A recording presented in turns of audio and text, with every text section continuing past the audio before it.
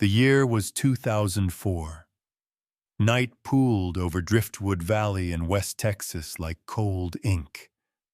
The barn held a thin slice of moonlight on its threshold, enough to show dust hanging in the air and a door breathing on rusty hinges. Eliza Quinn ran barefoot across the yard and slipped inside, ribs heaving, dishwater still stinging the cuts on her hands. Wind scratched the siding. Bottles clinked on the back porch where Abel Crow had paused to listen.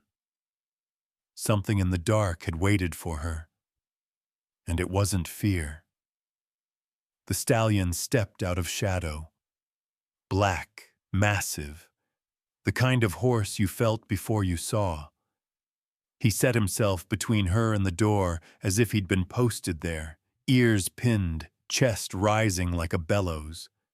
Eliza pressed her back to rough boards, swallowed the taste of metal in the air, tried to quiet the thud of her own heart.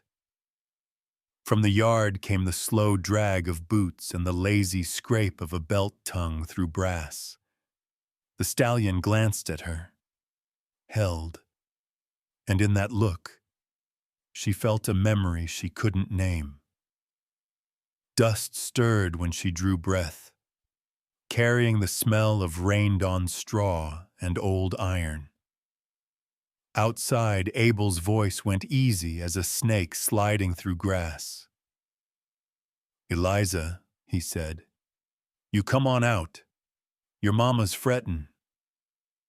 The horse's skin rippled along his flank. He stamped once, and the hollow in the floor answered back. Eliza eased sideways until her shoulder found a warmer plank, one the sun kept memory of. Through a seam of missing boards, she saw a sliver of Abel, the set of his shoulder, the shine of a buckle, the patient way he held still to make fear grow. She'd seen that stillness before. Folks called it temper. Her mother called it tiredness. Eliza knew it was a matchhead waiting on a strike. Blood had a color even in the dark.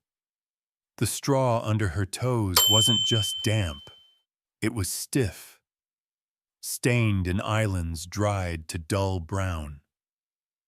She crouched, touched the edge of a patch without meaning to, the way a tongue finds a broken tooth. Her fingers came away smelling like pennies. She wiped them on her shirt and told herself not to think. A breath brushed her cheek. The stallion had turned his head, brought one eye to her level, close enough she could count the flecks in it. He didn't flare or roll the white. He just looked, the way a good dog checks a child's face after thunder. She felt he was waiting on something from her, an answer, a word, a permission she didn't know how to give. Wind changed. It tunneled through the slats, carrying a sound from the far pasture. Hooves. Not many, but enough to find a rhythm. The boards hummed with it. The horse pricked an ear toward the hills, then back to the door, weighing. Eliza slid her hand out, palm open, letting him smell the air above it. Warm breath met her skin. He lowered his neck, heat traveling the length of him. A memory rose clean and quick. A summer at 8. A mare in a neighbor's lot. A woman with kind eyes saying, "Don't rush trust. Let it come to you." Then that woman's voice was gone, like good things that vanish without ceremony. The stallion shifted, drawing a line with his body like a gate. Outside, the belt tongue found brass again. Abel laughed under his breath, a sound meant only for himself, and the laugh snagged on the hinge as he tried the main door. The stallion sank into his weight, front feet set like anchors. Eliza hadn't known horses could be walls, hadn't known anything could choose to stand with her. "Door won't hold forever," Abel murmured, almost pleased. "We can talk in there, or we can talk out here. Makes no difference." But the difference was everything, and the horse seemed to know it. Her knuckles skimmed a seam at the baseboard. Under a splintered ledge, she found a square of fabric, soft with age. Moonlight pulled a little color, blue, or what used to be blue.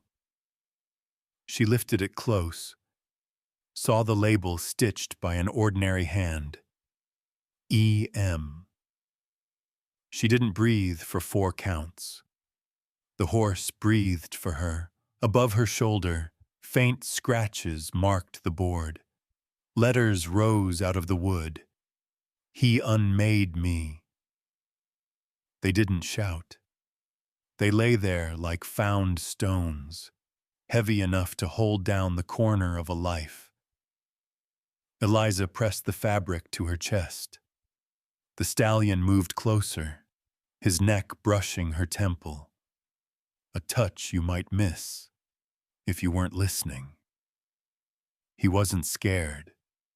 He wasn't soft. He was sure. Abel's boots scraped slow across the outer stoop, then stopped, where the shadow of the door ran out. Silence stretched long. The horse blew a short breath through his nose, and something answered faintly from the hills. 2 beats, then 2 more, like a heartbeat you could walk to. Eliza set the fabric in her pocket, slid her palm to the horse's shoulder, felt the tremor of readiness there. She could go to her knees and plead, or stand and let the night decide. Her mouth tasted like old coins and soap. "Easy," she whispered, not sure if she meant him or herself. Metal clicked on the far side of the wall. Not the main latch, the small one. The one a man could use if he knew this barn, like his own hands. The sound was careful, practiced, patient. The horse lifted his head, eyes gone deeper, and stepped square to cover her, as if he'd learned her shape. The latch turned. The latch shivered once, twice, then held. The sound crawled down Eliza's spine like cold water. Outside, Abel let out a breath, heavy with whiskey. The stallion didn't move. He only dropped his head a fraction, enough that his shadow swallowed hers. The night pressed in around them, full of the small sounds barns make when they're trying to remember silence.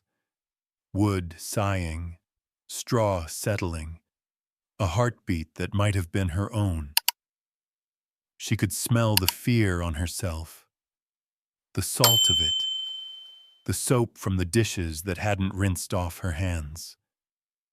She thought if she breathed too loud, he'd hear her.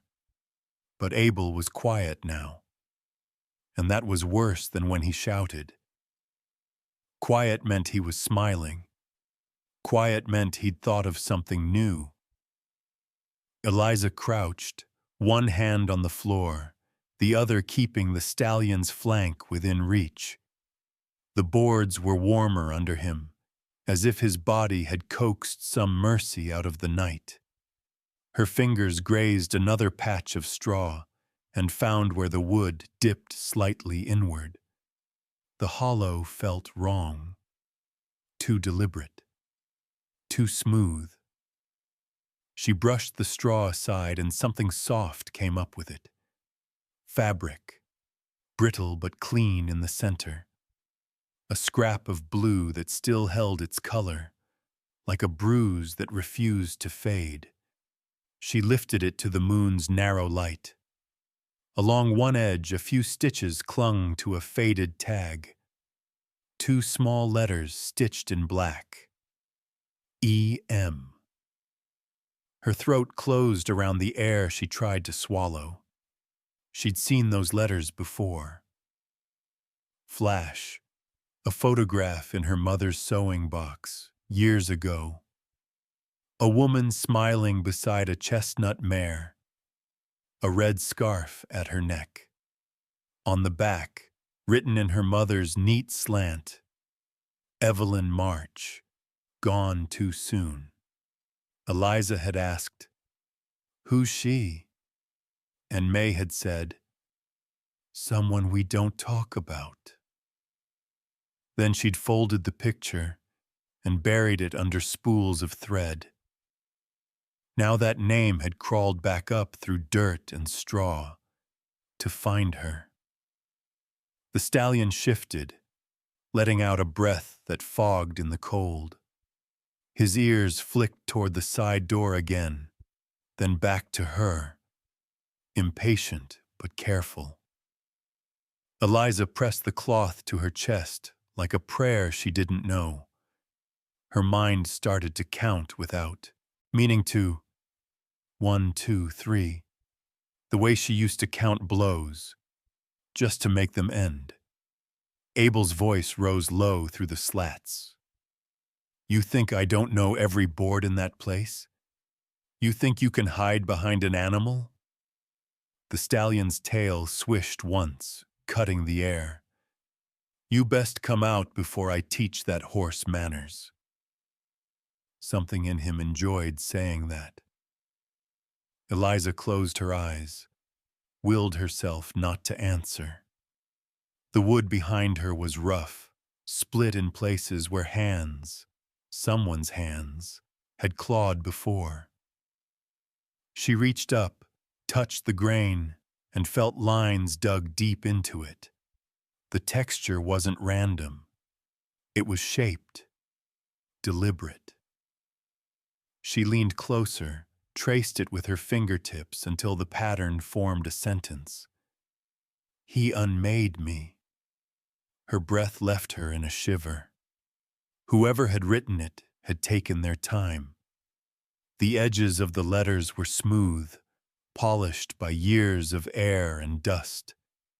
They'd survived storms, mice, neglect, held on the way truth holds on when no one wants it to. The horse exhaled through his nose, short and sharp.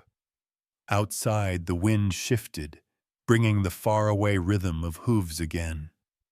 Faint, echoing, like a memory older than the hills. The sound rose and fell until it blended with her pulse. Abel rattled the side door. Once. Twice. The metal screamed. The stallion's head shot up, mane brushing her face. His eyes caught the sliver of light and flashed something more than animal, something remembering.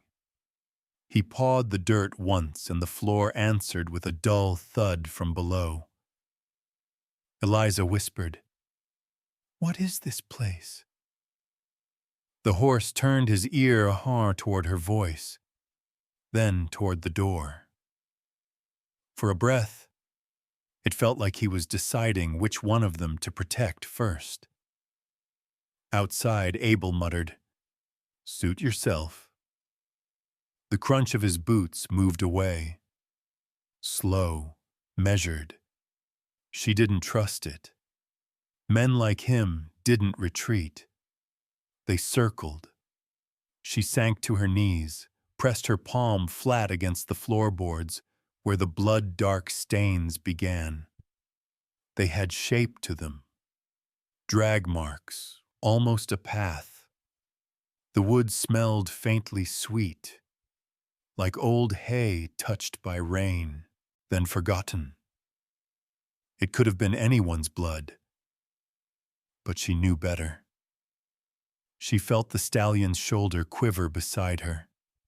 He was breathing faster now, not from fear, but from readiness. Muscles flexed under skin like coiled rope. A draft crept through the cracks, carrying a low whistle from somewhere near the fence line. The same rhythm echoed back from the barn's depth. A reply. She didn't know who or what was calling whom, only that she was no longer alone in the dark. The wind thickened. The horse raised his head, snorting, tail flicking. Outside, a board creaked, a step where no one should be. Eliza stood, fabric still clutched in her fist, and leaned to the gap in the boards. The yard was empty, except for a lantern burning too low, and a shadow that didn't belong to anything still. She waited for her eyes to adjust. But the dark waited longer. Then silence broke again. The click of metal on metal, the side latch giving one quiet turn. She backed into the stallion's chest, felt his heart thudding like a drum beneath the hide. His breath rolled warm against her hair. "Easy," she whispered. He didn't move away this time. He lowered his head until the world narrowed to the sound of breathing. His and hers. And outside, the door began to open. The side door stuttered halfway open, then jammed against the frame. Abel cursed low. The stallion lunged one step forward, a mountain of muscle and sound. The thud shook dust loose from the rafters. Abel fell silent again. And in that silence, Eliza could hear him, thinking. The night outside was different now. Thicker, charged. Far off, something metallic rang once, like a gate chain hitting a post. The stallion's ears turned toward it, nostrils widening. Eliza didn't know if that sound meant help or danger. Only that the horse seemed to recognize it. A second later, a beam of weak light swept the far fence. Someone was walking the edge of the property. Steady, careful steps that belonged to a man who'd worked this kind of darkness before. "Crow," a voice called softly. It wasn't Abel's. The stallion relaxed, just enough for breath to move through him again. Eliza edged toward the crack between boards. Out past the yard, she saw a faint outline at the gate. Tall, broad-shouldered, hat low against the wind. He held a lantern, not raised high, but enough to show part of his face, skin dark as wet earth, eyes scanning. She knew the name before she thought it. Zeke Carter. She'd seen him once or twice in town, a man who spoke less than others, but whose silence didn't sting. Folks said he kept to himself on the ridge, mending fences and training horses nobody else could get near. Her mother had called him that quiet one with the ruined hand, though Eliza had never seen the ruin. Now he was here, his voice carrying through the night like something steady enough to lean on. "Crow," he said again, "your mare's out past my line. You want her back, you best come get her." Abel didn't answer. The stallion's skin twitched. Eliza stayed still, barely breathing. Zeke shifted closer to the fence, lifting his lantern a little. Its light touched the corner of the barn, then fell across Abel's shoulder where he crouched near the side door. Abel hissed under his breath, retreating into shadow. Zeke's tone didn't change. Pitch.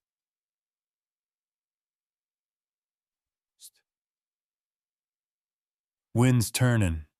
Smells like rain, he said to the night. Ought to tie things down before it hits.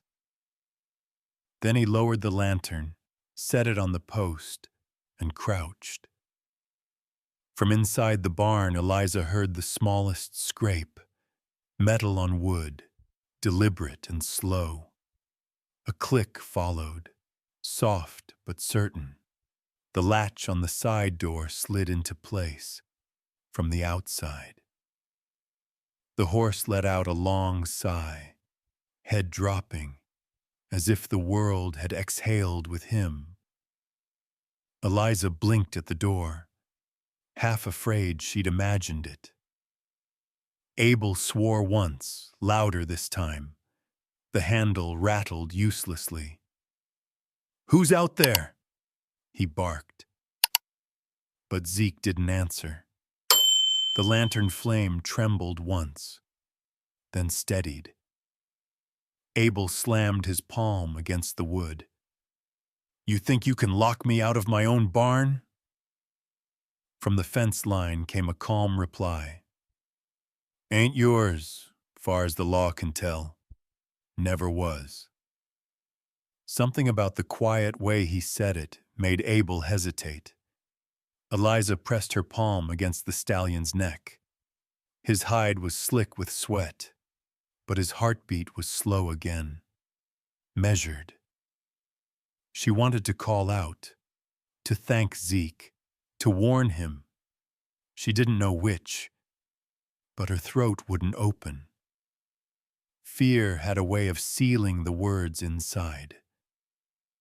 Abel spat into the dirt. "You best mind your own work, Carter."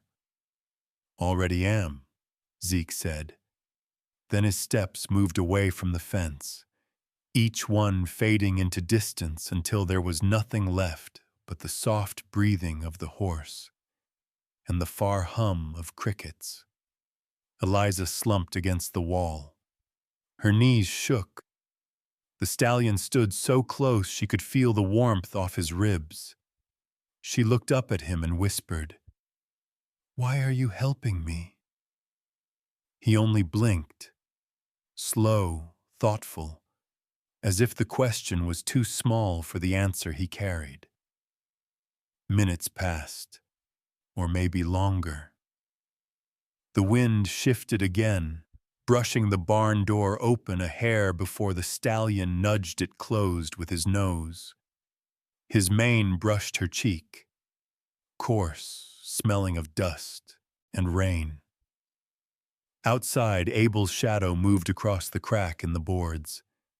He lingered near the door, muttering to himself, then walked toward the house. Eliza didn't trust the retreat, but she let herself breathe anyway.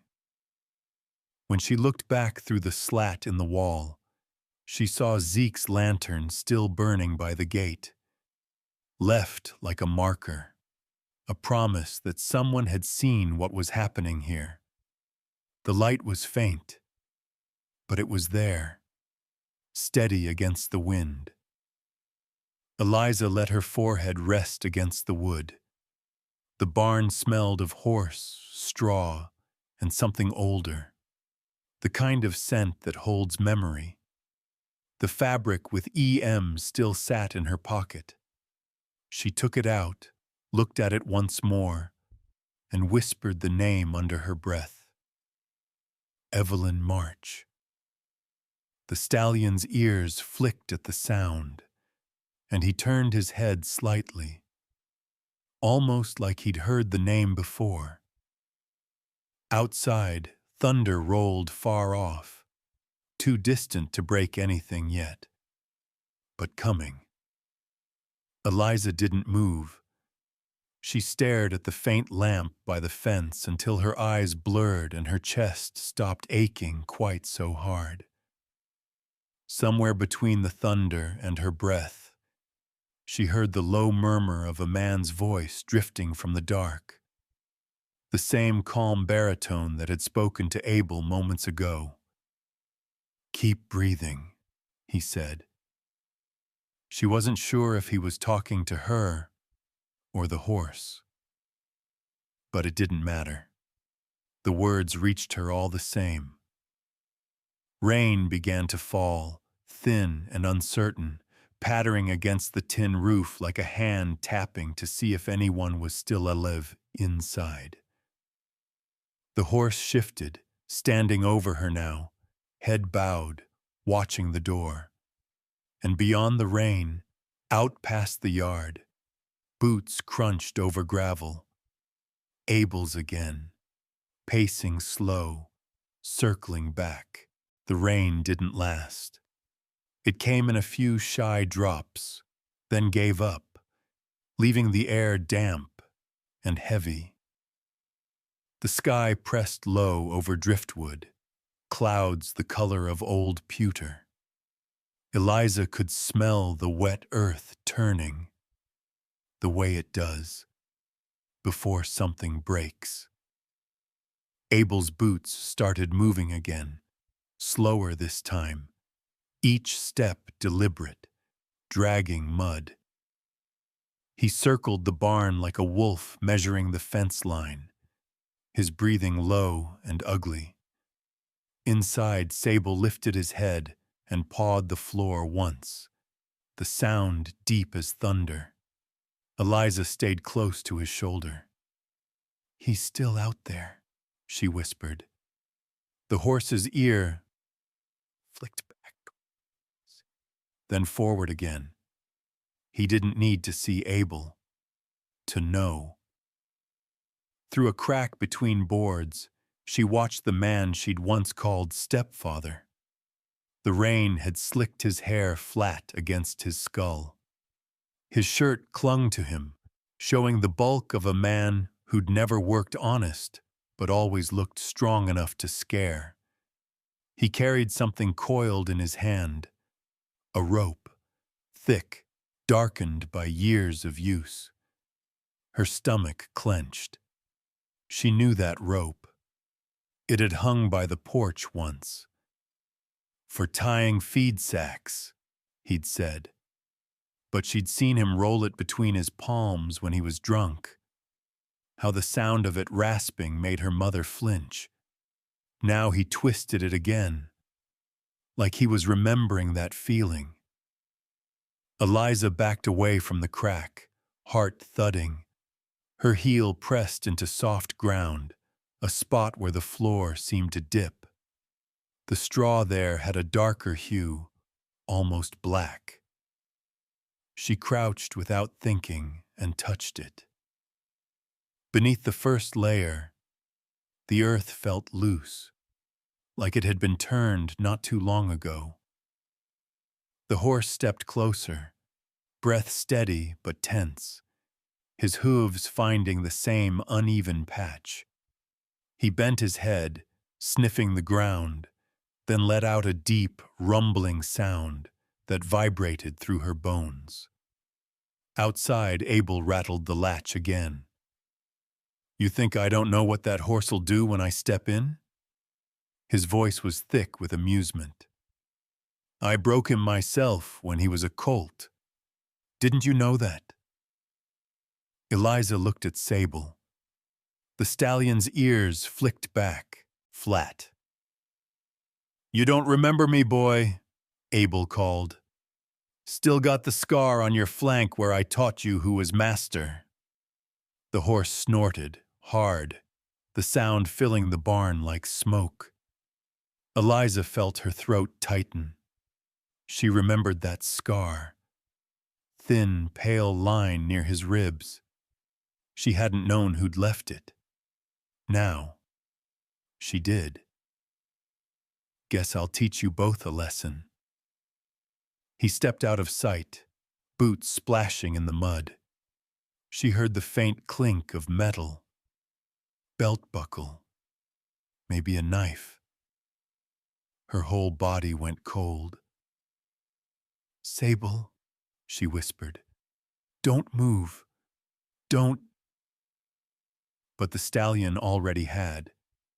His body tensed, shifting so his shoulder covered hers completely.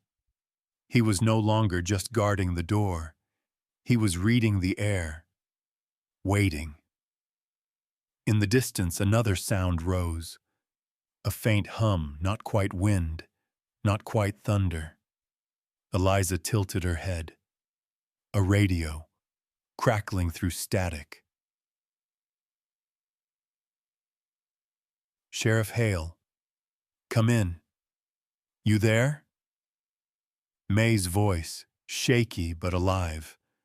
Eliza's hand flew to her pocket. She'd forgotten the old radio, small as a deck of cards, the one her mother kept for weather alerts. It must have switched on when she fell. "Sheriff?" May's voice came again, clearer this time. "It's May Quinn. My daughter's still at the Crow place. He's after her. Please, hurry." The noise jolted through the barn. Abel froze outside. "What the hell?" Eliza snapped the radio off, clutching it to her chest. Too late. "Your mama just signed her death paper," Abel growled. The latch rattled. Then came the sharp whine of metal as he pried at the hinges. Sable backed up a pace, lowering his head. The air between them crackled like something alive. Eliza pressed both hands to his shoulder, feeling the heat of him, the tremor running down his leg. "Don't," she whispered. "Pitch." First. "He's not worth it." The stallion blew a harsh breath, mist curling from his nostrils. His eyes caught the light and burned a copper hue. A memory flickered.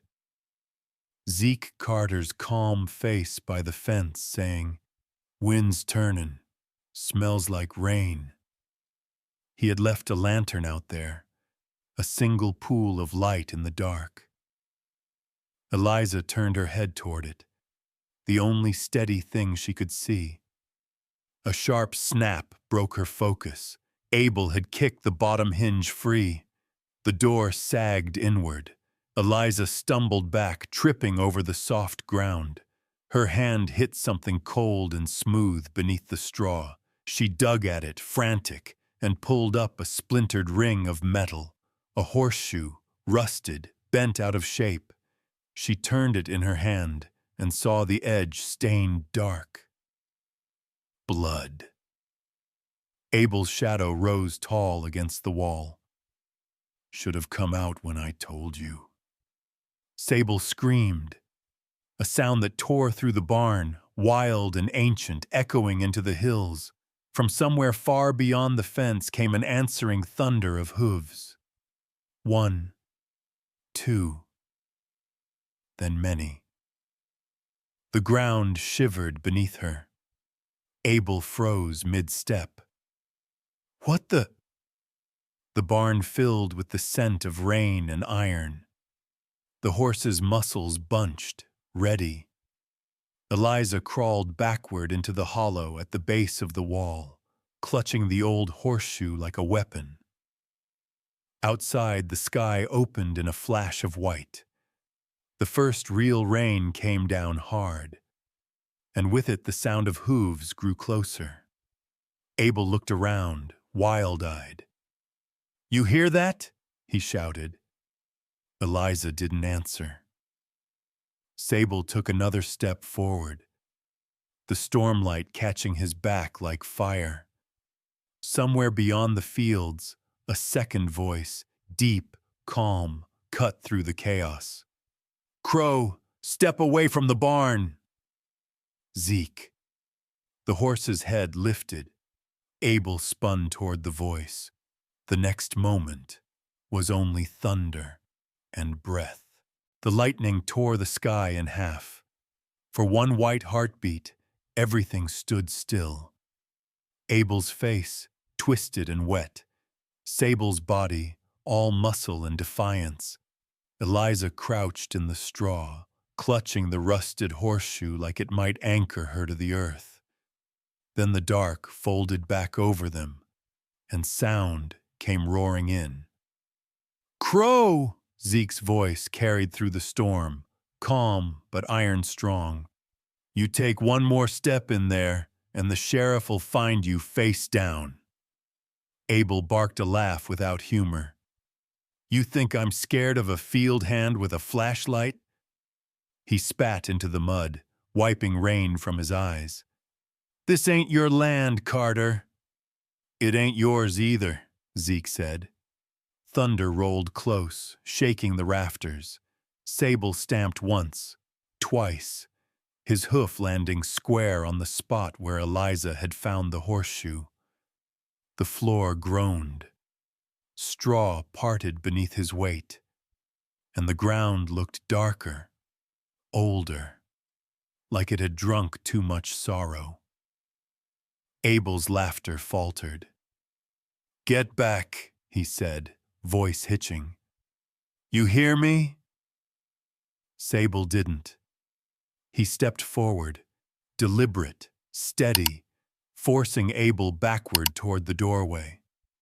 The man raised the rope, loop half-formed, rain dripping from his arm. "You were broke once, beast," he snarled. "Don't forget who made you bleed." Eliza rose halfway, voice trembling. "You made everything bleed." Abel's eyes snapped toward her. "You shut your mouth." The wind caught the barn door, slamming it open against the frame. Rain came in sideways. Eliza held her ground. "You hurt her, didn't you?" He blinked, confused. "What?" Evelyn March. The name left her mouth before she could stop it. "The woman who was here, before us." "You hurt her." Something broke in his expression. Small, ugly. "That woman didn't know her place," he said too quickly. "She wanted to run her mouth, same as your mama, same as you." His voice climbed, shouting over the rain. "Said she was gonna tell the sheriff. Said she was gonna ruin me." Eliza's stomach dropped. The horse shifted beside her, breath coming fast. Abel didn't seem to see either of them anymore. Words pouring out like rot from a cut. "Had to shut her up. She came in here, just like you, thinking this place could hide her. Thought she could use my own animals against me." His laugh cracked apart, thin and jagged. "Didn't work for her neither."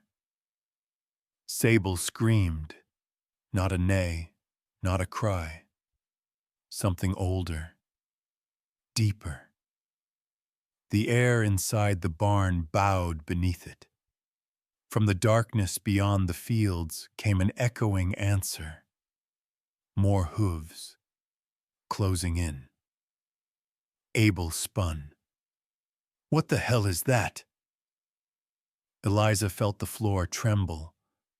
Not storm now. Rhythm. A living drumbeat. She didn't move. Didn't breathe.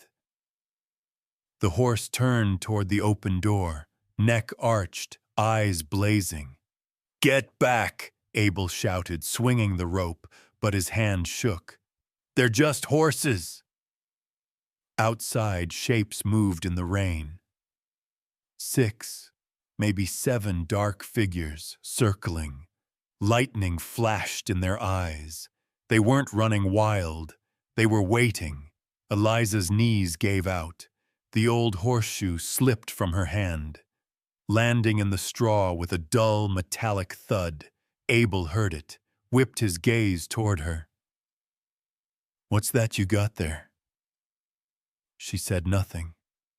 Her fingers brushed the soft ground where the shoe had been. Felt the give again.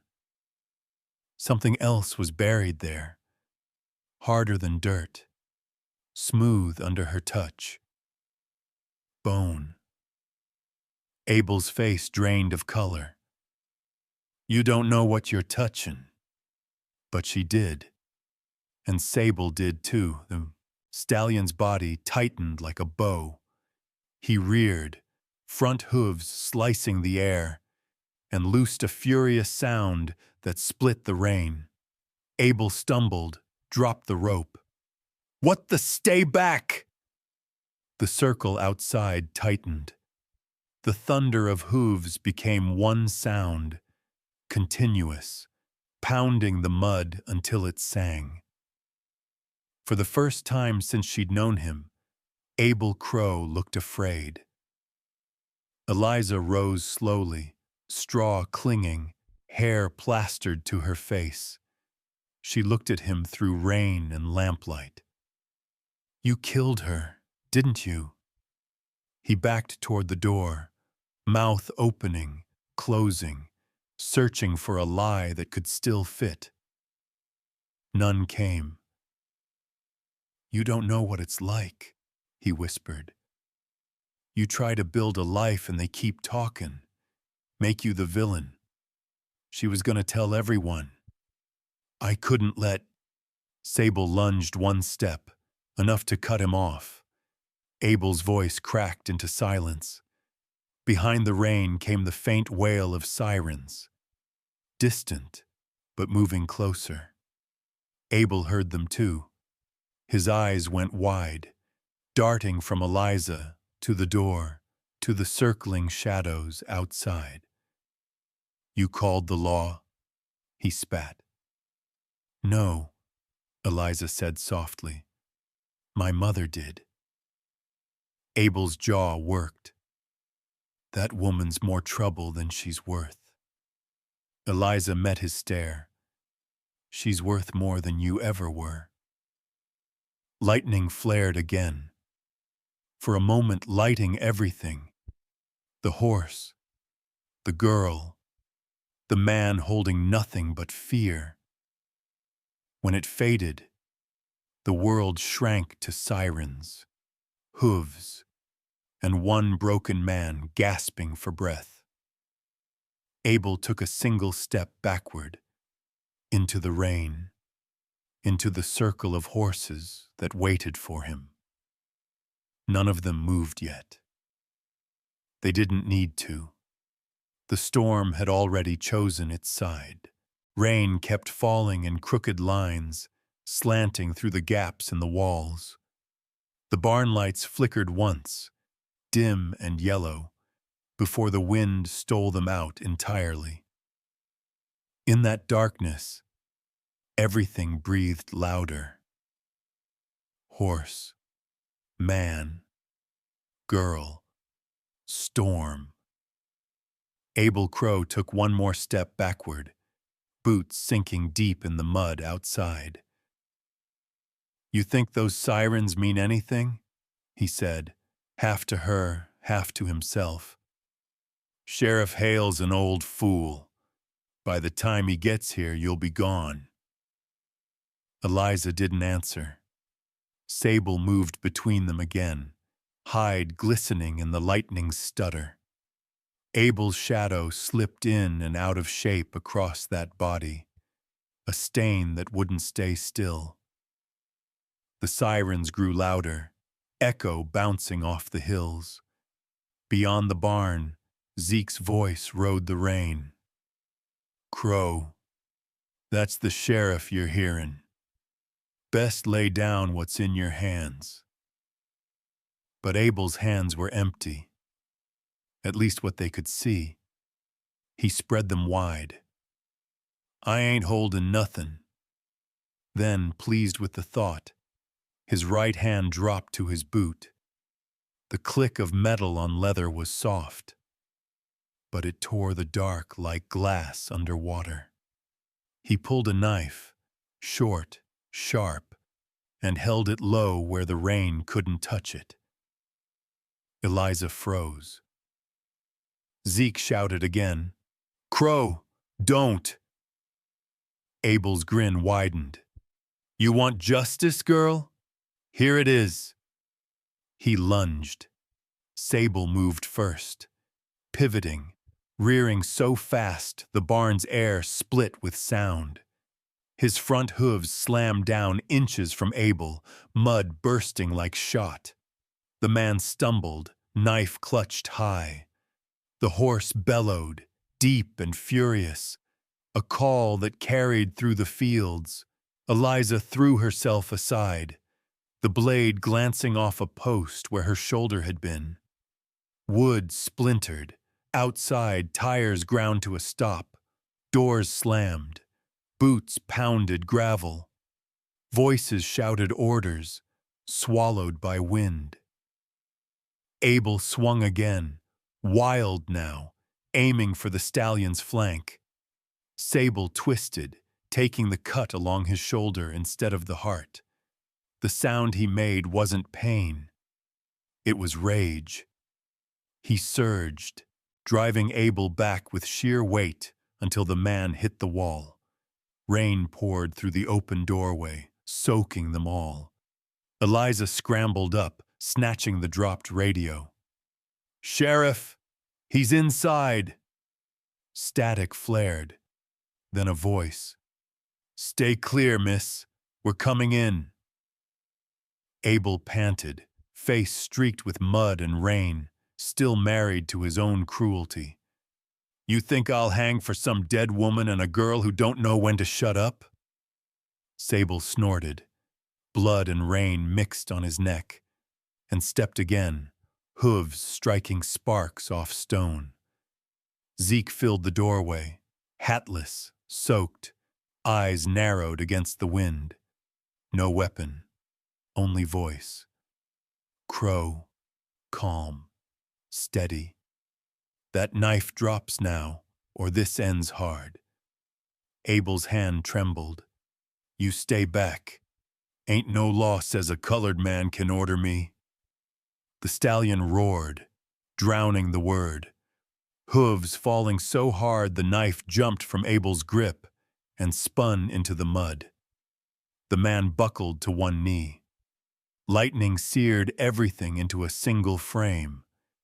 Zeke in the doorway, Eliza at the stallion's side, Abel kneeling, deputies' silhouettes charging through the rain. "Sheriff Hale," Zeke called. "He's disarmed."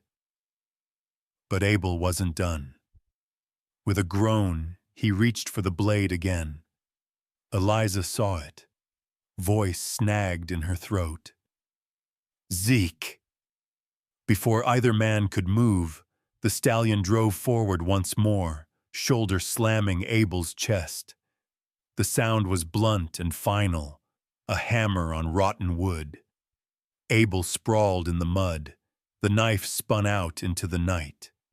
Deputies stormed in, flashlights carving the dark, lightning without thunder. "Hands where we can see 'em." Abel tried to rise, failed. Then the sheriff's voice, heavy, immovable. "Crow, don't make this worse." He didn't. The fight leaked out of him, leaving a small, ugly wheeze as the world finally turned against him. He slumped back, eyes fixed on the horse standing over him. Time thousands. Sheriff Hale stepped in, flashlight steady. Good Lord. Blood on the stallion's shoulder, cuts on Eliza's arms, mud, rope, shattered door. "Miss Quinn, you hurt?" Eliza shook her head, though her body trembled. Sable stood before her, chest heaving, tail flicking in the rain. Zeke moved closer, slow, careful. "He's done," he said softly. "Let her breathe." The horse turned his head toward Zeke, ears flicking. His body stayed tense, but his gaze softened. Eliza pressed her hand to his wet coat, feeling the heartbeat there. Steady, living. "You're all right," she whispered. "It's over." But it wasn't over. Not yet. Abel groaned in the mud, rolling to his side, mouth twisting toward something like a smile. "Ain't over till someone digs up what's under there," he rasped, pointing toward the dark patch in the straw where the ground still sagged. Sheriff Hale frowned. "What's that supposed to mean?" Abel laughed, weak, hollow. "You'll see." Eliza stared at the spot, the same hollow she'd touched before, smelling of rust and earth. Her heart pounded. The stallion's ear turned toward it too. Outside, the rain began to lighten. Sirens softened to the hiss of idling engines. The sheriff barked orders. But all Eliza saw was that dark place on the floor. All she felt was the faint give of earth beneath her bare feet. Something was buried there, and the truth was waiting to breathe. By dawn, the rain had thinned to a gray mist. The storm had washed the world clean, except for the barn. It still smelled of blood, sweat, and earth that had been turned one time too many. Sheriff Hale's men moved in low voices, taking photographs, measuring, doing what law does after chaos. But in the center of it all stood Sable, mud to his knees, hide streaked with rain, head low, but unbroken. Eliza sat against a support beam, wrapped in Zeke's coat that smelled faintly of leather and smoke. Her hands wouldn't stop shaking.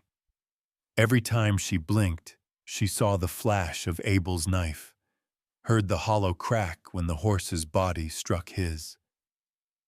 Zeke crouched beside her. "He's in custody," he said gently. "Sheriff's taken him to town now." Through the open door, she saw them dragging Abel toward a patrol car. He wasn't fighting anymore.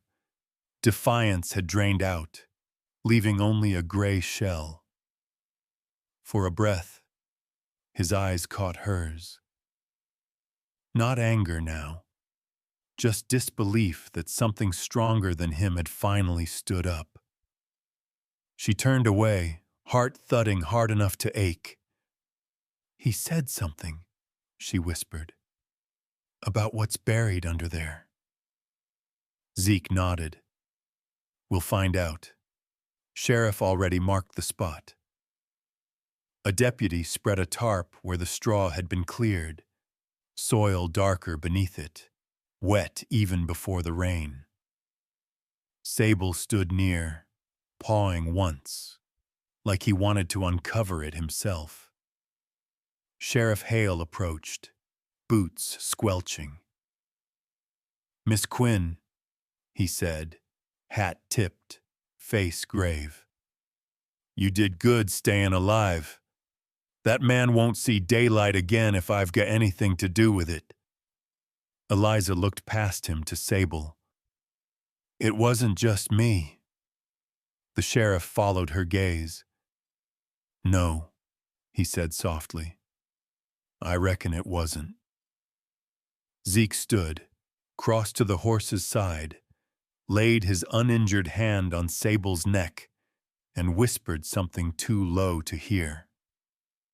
The horse closed his eyes a moment, as if the words were balm. "Time 1,000 mus. You should get looked at," Zeke said over his shoulder. "Doc Peterson's coming out from town." Eliza nodded, but didn't move. Her eyes stayed on the stallion. On the way, he kept glancing toward the far corner near the west wall, the place he'd guarded all night. "Something's still pulling him there," she said. Zeke frowned, following her line. "Animals remember where pain sits," he said. "Sometimes they don't rest till you dig it up." Hale motioned 2 men over. Get some shovels. Let's see what Mr. Crow thought he'd hide from us. Sable shifted, stamping once. His breath came in short huffs, misting in the cool morning air. Eliza rose unsteadily, rested a hand against his shoulder, the warmth of him grounding her like nothing else. You did good, she whispered. You can rest now. But the horse only stared at the dirt, unblinking. The first shovel struck earth, the sound echoing off empty stalls like a gunshot. They worked in silence, mud clinging to boots, rain dripping from rafters. Minutes passed, until a deputy stiffened, eyes wide. Sheriff, you'd better come look. Hale knelt beside the hole, ground uneven, the color of old rust. He brushed it back with a gloved hand until something pale showed through. Too smooth for stone, too round for wood. A bone. Zeke drew a long breath through his nose. Slow, steady. Eliza pressed her hand to her mouth, a sob catching before it could escape. The deputy stepped back, muttering. The sheriff stood in silence. Well, Hale said at last, voice heavy. Looks like Crow wasn't lying for once. Sable lowered his head and blew a warm breath over the hole, as if confirming what they'd found. The gesture sent a shiver through everyone watching. Hale straightened, turning to Eliza. We'll get the coroner out here. You don't need to. Stay for this part. But she couldn't move. Her feet felt nailed to the floor. Who is it? She asked, though she already knew. We won't know till Doc gets here, the sheriff said. But I can guess. Eliza's throat burned. She reached for Sable's mane, voice small. Evelyn March.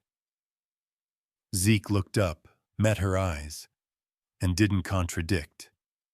He only nodded once. Slow. The air hung heavy with the smell of wet dirt, and truth finally surfacing. A soft noise pulled their attention. Sable had turned toward the open doorway, ears pricked. Beyond the clearing, a faint wail wound up the hill. A different siren, closer now. The sheriff shaded his eyes, scanning the road.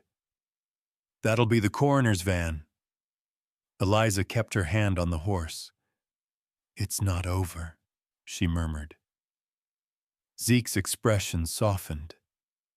No, he said, but we're finally starting to tell it right. The horse lifted his head. For a moment, dawn light caught his eye, turning it gold. Eliza followed his gaze to the line of willows swaying beyond the fence. Somewhere back there, a shadow moved. Maybe wind, maybe memory. Sable snorted, almost impatient. She wiped her face with the back of her hand and whispered, Show us then. The stallion took a single step toward the door, muscles tight, waiting for permission. Zeke looked to Eliza, to the sheriff, then back to the horse. Let him, he said. Hale nodded. Sable walked into the daylight, hooves leaving soft prints in the mud. He didn't look back. Eliza followed to the threshold. Rain still falling in thin silver threads. The air smelled of grass and ghosts. In the yard he stopped. turned his head toward the far grove where willows meet the fence line. He lifted one hoof, held it, and stamped once, hard. The sound echoed like a signal. Zeke's voice rumbled quiet behind her. "He's telling us there's more." The sky cleared in ragged pieces, leaving behind a pale wash of blue. The storm had broken, but the air still hummed with what it had taken away. Sheriff Hale's truck idled near the fence while his men packed their tools, speaking in low, reverent tones. Eliza stood in the barn doorway, her eyes following Sable across the yard. He walked slow, deliberate, every hoofstep landing as if he remembered where to place it. Zeke moved beside her. "He's headed for the trees," he said. "That grove's been there longer than any of us." Eliza nodded, though her throat was tight. "He's looking for her." Hale called after them. "Don't go far, Carter. Doc'll need statements." Zeke tipped his hat but kept walking. "We won't," he said. They followed the stallion past the pasture fence, through puddles that mirrored the bruised sky. The ground softened under their boots, rich and dark from the rain. Willows hung low, dripping silver threads of water. The air smelled of wet bark and something sweeter beneath. Hay. Lilac, maybe, or the memory of it. Sable stopped at the heart of the grove. The clearing there was small, round, and quiet, like the inside of a held breath. At its center stood a stone marker, edges mossed over, one word carved deep across it. Hope. Eliza's steps faltered. "It's a grave," she whispered. Zeke crouched, brushing his fingers over the letters. "Not a person. Look at the size." She did, and saw the mound was too small for a human, too round, too carefully kept. Around it, half hidden by leaves, were smaller markers, bits of wood and stone, each etched with names: Buttercup, Patch, Ranger. "Animals," she murmured. "She buried them." He nodded. All the ones she cared for. Sable stood beside the stone-marked Hope, lowering his head until his muzzle touched the ground. For a long moment, he didn't move, only breathed. Eliza felt a sting behind her eyes. She made a place for every one of them. Zeke's gaze traced the graves. That's the kind of woman she was. Makes sense she'd leave signs behind, even after. Something caught the morning light. A dull glint near the base of the Hope Stone. Eliza knelt, pushing aside damp leaves. Her fingers found the edge of metal. "There's something buried here." Zeke helped her clear the dirt. Together they unearthed a small tin box, rusted at the hinges but still sealed tight. The stallion snorted softly, pawing once at the soil as if to say, "Yes, that's it." Eliza looked at Zeke. "You think she meant for us to find this?" He hesitated. "Maybe she meant for someone to finally look." The box creaked open. Inside, wrapped in waxed cloth, lay a bundle of papers, old but dry, and a few black and white photographs curled at the edges. One showed a woman standing by a barn door, sunlight pouring across her face. Her smile was easy, unguarded. "Eliza," Zeke said softly, handing it to her. "That's her." Evelyn March looked almost alive in that frozen frame. Behind her, barely visible, stood a horse with a coat as dark as coal. Sable, Eliza breathed. He belonged to her. Zeke unfolded the papers, medical receipts, land deeds, and a handwritten letter dated 5 years back. The words were faint but legible. If anything happens to me, please send this to Sheriff Hale. I fear he won't believe me, but the bruises don't lie. He exhaled slowly. She tried to tell someone. Eliza pressed her palm to the page. The ink had smudged in places, as if tears or rain had touched it long ago. She never left, Eliza said. He killed her here, and this place kept her story quiet. Until now. Zeke folded the papers carefully back into the box. Not quiet anymore. The stallion lifted his head, ears twitching. A breeze swept through the grove, shaking drops from the leaves like soft applause.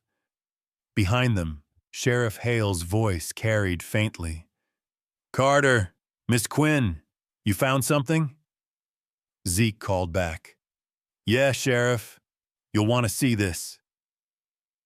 Hale's heavy steps approached, boots sucking in the mud. He stopped beside them, looking down at the open box. "Well, I'll be damned," he murmured. "That's her handwriting. We've got enough here to bury that bastard for good." Eliza wiped her eyes with the back of her hand. "What happens now?" "Now," Hale said, closing the box gently, "we give her back her name and make sure he doesn't take another breath outside a cell." Sable turned his gaze toward Eliza, eyes dark and steady. She reached out, resting her fingers against his muzzle. "You remembered," she whispered. "All this time." The horse nudged her hand once, then looked past her toward the barn, where morning light spilled through open doors. His ears flicked. "He wants to go back," Zeke said. "There's still something there." Eliza rose, brushing dirt from her knees. "Then we follow him." They started back toward the clearing. Hale carrying the box, Zeke leading the way. Behind them the grove swayed in the wind, whispering, like voices finally set free. By late morning, the clouds had thinned to ribbons of white drifting over the valley. The rain had washed everything sharp, the boards, the air, even the grief. But the barn still stood heavy and old, its wood holding the damp, like a secret. Sheriff Hale's men had strung yellow tape around the place, though the land itself seemed to have already claimed the scene. Zeke and Eliza returned from the grove with the metal box, its contents now carefully sealed in an evidence bag. Hale walked beside them, hat low, the weight of justice sitting plain on his shoulders. Sable followed without a halter, unhurried, the rhythm of his hooves steady as a heartbeat. He stopped when they reached the west corner of the barn, the same spot he'd guarded all night. Hale glanced at the horse, then at the soft patch of earth where the shovel had bitten hours ago. "We'll have to open her up proper," Hale said. "For the record." Eliza swallowed, her throat dry though the air was wet. "She deserves to be seen." Zeke's gaze moved from her face to the ground. "So does the truth." The deputies began to dig again. Careful, layer by layer. The smell of turned soil rose up, rich and sour. Every few inches they stopped to clear their spades, faces somber. Sable stood just behind them, his breath slow, watching every motion. After a while, a pale curve appeared beneath the mud, fragile, almost translucent, a fragment of bone. Then another. The work slowed to reverence. Doc Peterson knelt beside the opening, his gloved hands precise. "Female," he said softly. "Judging by the size and depth, she's been here 5, maybe 6 years." Sheriff Hale took off his hat. "Evelyn March," he murmured. No one corrected him. Eliza's vision blurred. She crouched, pressing her fingers into the wet straw, needing to feel something alive. "She tried to warn somebody," she said, "and no one listened." Zeke's voice came quiet but sure. "Pitch. First." "They will now." From the barn door, a figure appeared. Tilda Gray, the neighbor who ran the post office, who once brought May soup after one of Abel's accidents. Her gray shawl clung to her shoulders, wet from the walk up the hill. "I heard the sirens," she said, "and I thought I should come." Hale's eyes narrowed kindly. "Miss Gray, you might want to keep back. This is a scene." But she shook her head. "I know, it's just—" Her eyes found the patch of earth, the fragments laid out in the pale morning light. "I should have said something years ago." Eliza turned, startled. "You knew." Tilda's voice broke like thin ice. "I saw him. That night Evelyn went missing. He was by the well, washing something that wasn't dirt off his hands." The words hung heavy and final. Even the wind seemed to hold its breath. Hale nodded slowly. "That'll go in the report." Tilda looked down at Eliza, shame softening her face. "I was scared, child. He had a way of making folks small. I thought keeping quiet was safer." Eliza stepped forward, voice trembling but steady. "You're speaking now. That's what matters." Tilda's eyes filled. She took a deep breath, like lifting years off her shoulders. "Evelyn was kind, fed strays, used to bring sugar cubes for the horses. She didn't deserve this." Sable moved closer, the tip of his nose brushing Tilda's sleeve. The old woman gasped softly, then smiled through her tears. "You remember, don't you?" she whispered. "You were her boy." Zeke watched, jaw tight.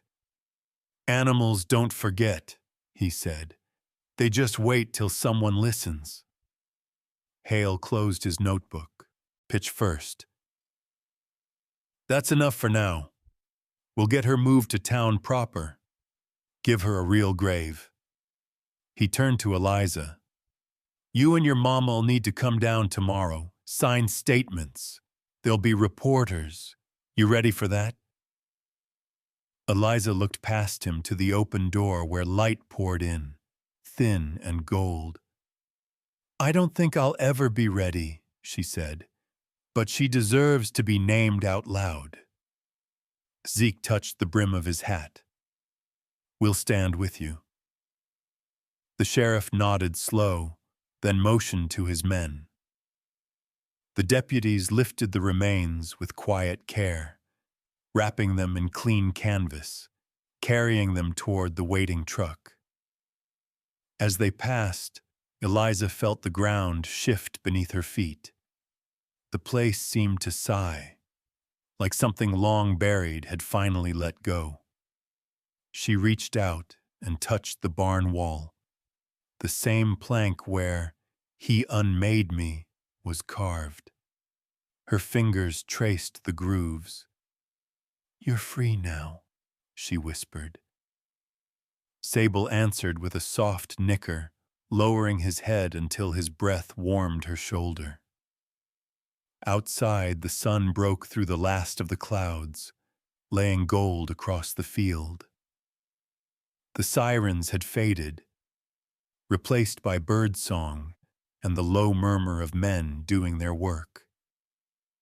But beneath it all was a quieter rhythm, steady, deep, the sound of hooves in the distance, a herd moving somewhere beyond sight.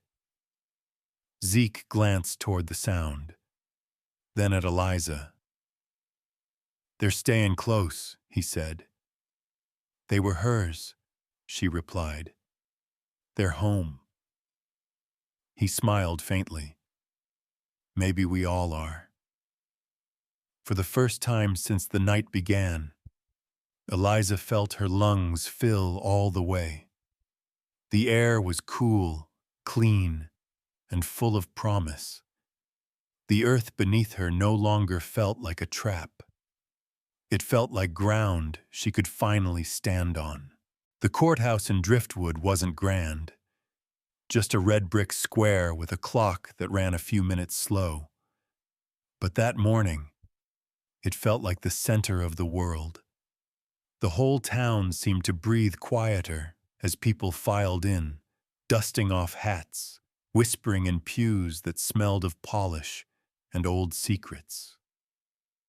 Eliza sat near the front beside May, her mother's hand resting over hers. Zeke stood a few rows back, hat in hand, his dark coat still creased from ranch work. Sable wasn't there, of course, but she could almost hear him, the quiet rhythm of his breathing, the solid calm of it. Sheriff Hale took the stand first. His voice was even, unhurried. He spoke of evidence found in the barn, of bones and the metal box, of Evelyn March's letter. Each word landed like a nail sealing the past shut. Then came Doc Peterson. Then Tilda Gray, trembling but sure. "I saw him that night," she said. "Abel Crow. He was at the well, shirt off, scrubbing at his hands. It wasn't dirt he was washing." The room went still. Abel sat at the defense table in shackles, jaw tight, eyes darting between faces that no longer belonged to him. May took the stand last.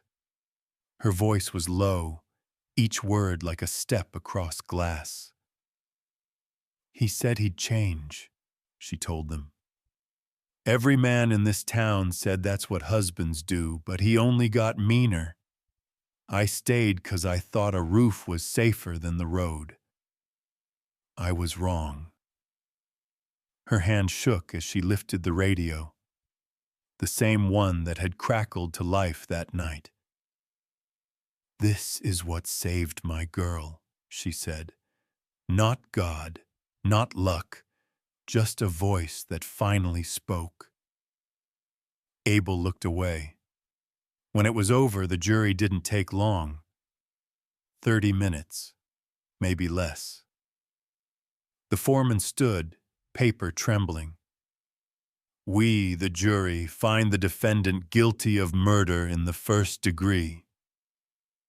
A breath seemed to leave the room all at once. Outside, the wind stirred the flags. Eliza didn't cry. She just sat still, watching as the deputies led Abel out the side door, his boots echoing down the hall. For the first time, he didn't look back. Afterward, the town stepped into Daylight that felt sharper, cleaner. People spoke softly, as though afraid to break the air. Sheriff Hale offered Eliza a small, weary smile. "It's done," he said. "She can rest." Zeke joined them near the steps. "Rest," he echoed, "but not forgotten." Later that afternoon, they returned to the ranch. The barn doors had been mended, the floor swept, the smell of oil and hay lingering like memory. Eliza carried a small wicker basket. Inside it, a single red apple. She crossed to the paddock, where Sable waited by the fence. The sun caught his coat, turning it to bronze. She lifted the apple onto the post. The horse watched her, ears pricked forward. "Go on," she said softly. "It's yours." He didn't move. Not yet. She smiled a little. "All right. I'll do it right." She stepped back 3 paces, the way Zeke had taught her. Her boots sank slightly in the dust. The distance felt like both respect and forgiveness.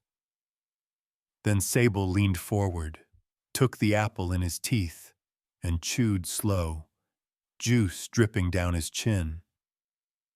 Zeke leaned against the gate beside her. "Guess he remembers his manners." Eliza's smile deepened. "Guess we all do."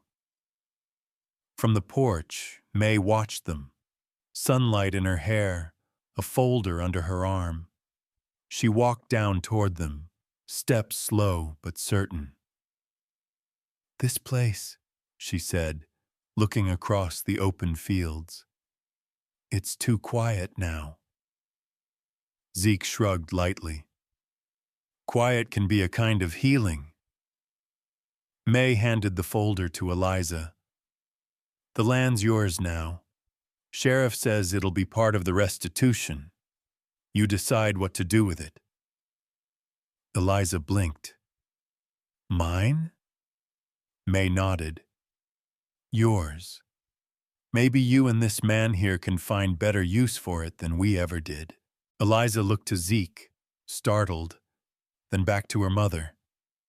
"I don't think of it as a beginning," May said. "Not a reward. Just room to breathe." A silence passed between them, tender and clean. Zeke rested his hand on the fence post. "If she wants it," he said, "we can turn this place into something good. A refuge. For horses like him.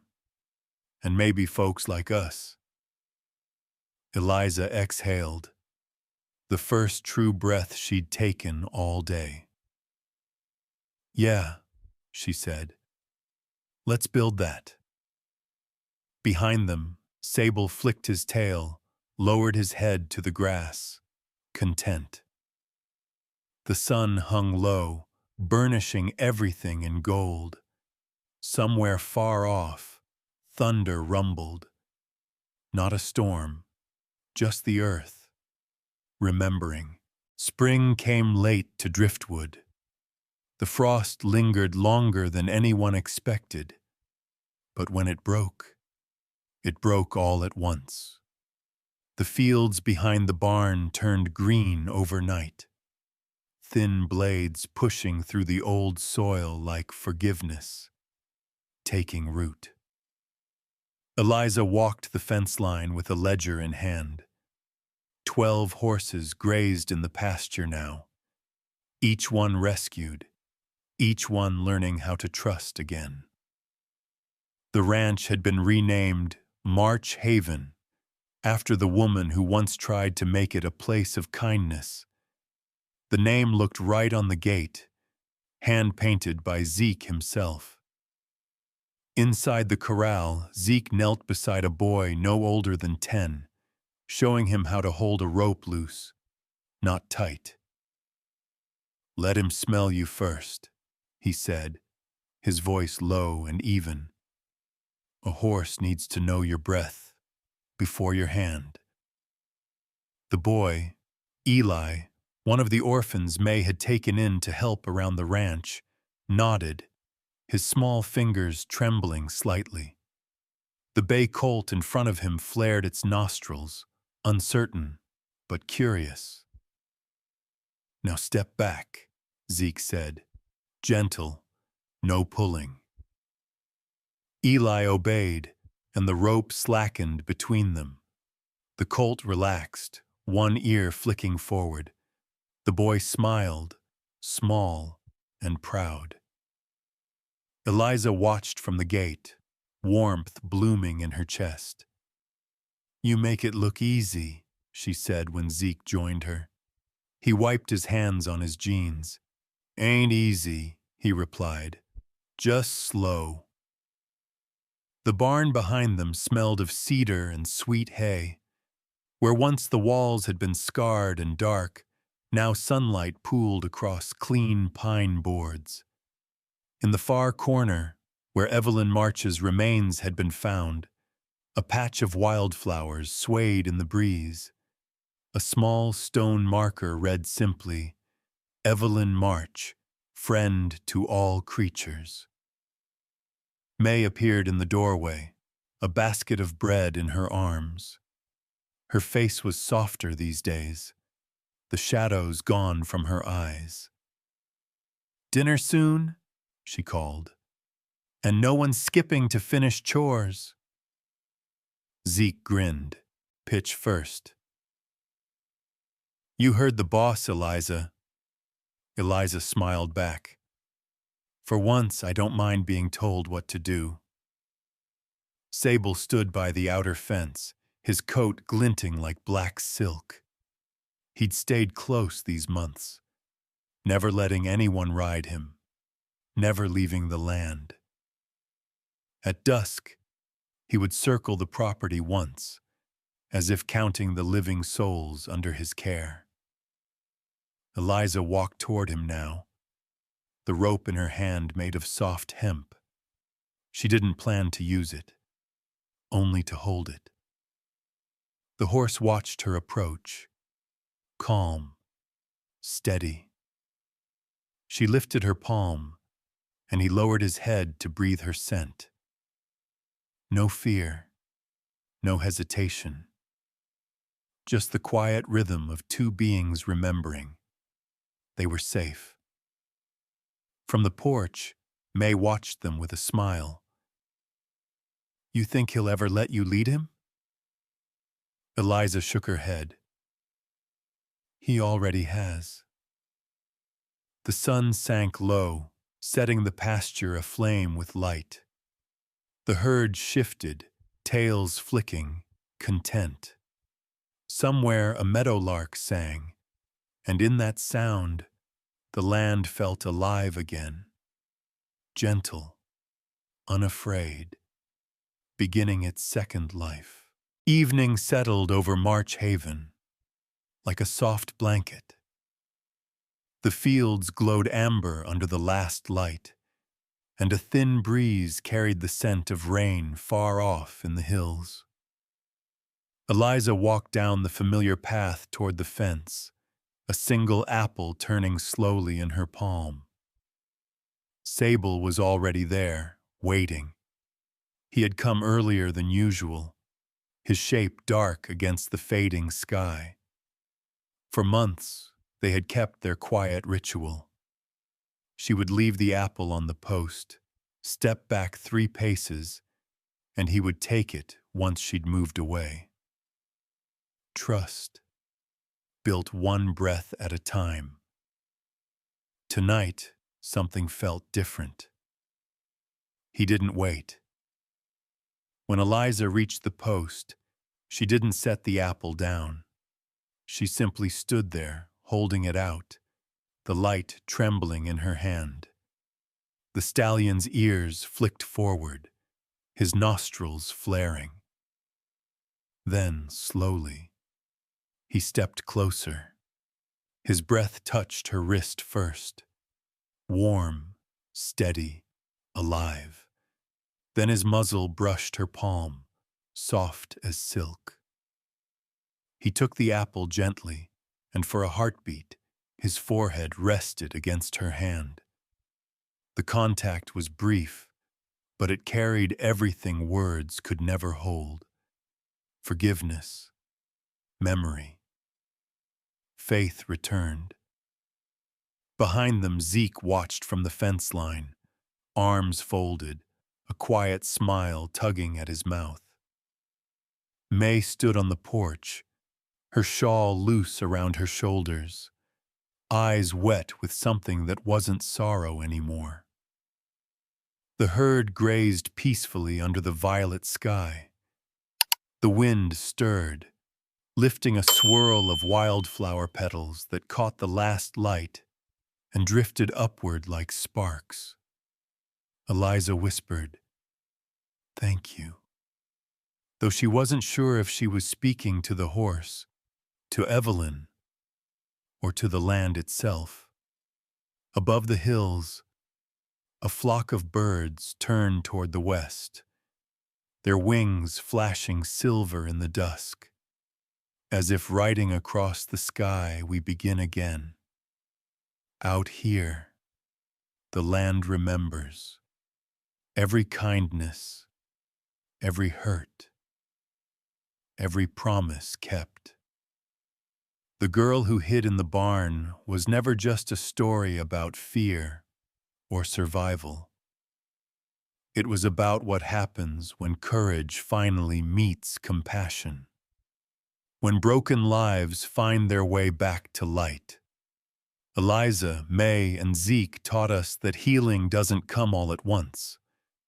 It comes in moments of trust, in quiet gestures, in the way a horse leans close and reminds you that goodness still exists. If this story touched your heart, I'd love to hear what part stayed with you most.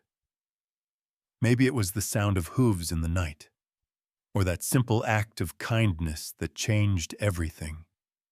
Please share your thoughts in the comments below. I do read every one. If you enjoy stories of courage, redemption, and the wild beauty of the Old West, please give this video a like and subscribe to our channel. Every click helps us keep these tales alive, especially for those of us who remember when stories were told slow, with care, and meant to last. Thank you for riding with us tonight. Until the next Western tale, may your days be calm, your nights peaceful, and your heart unbroken.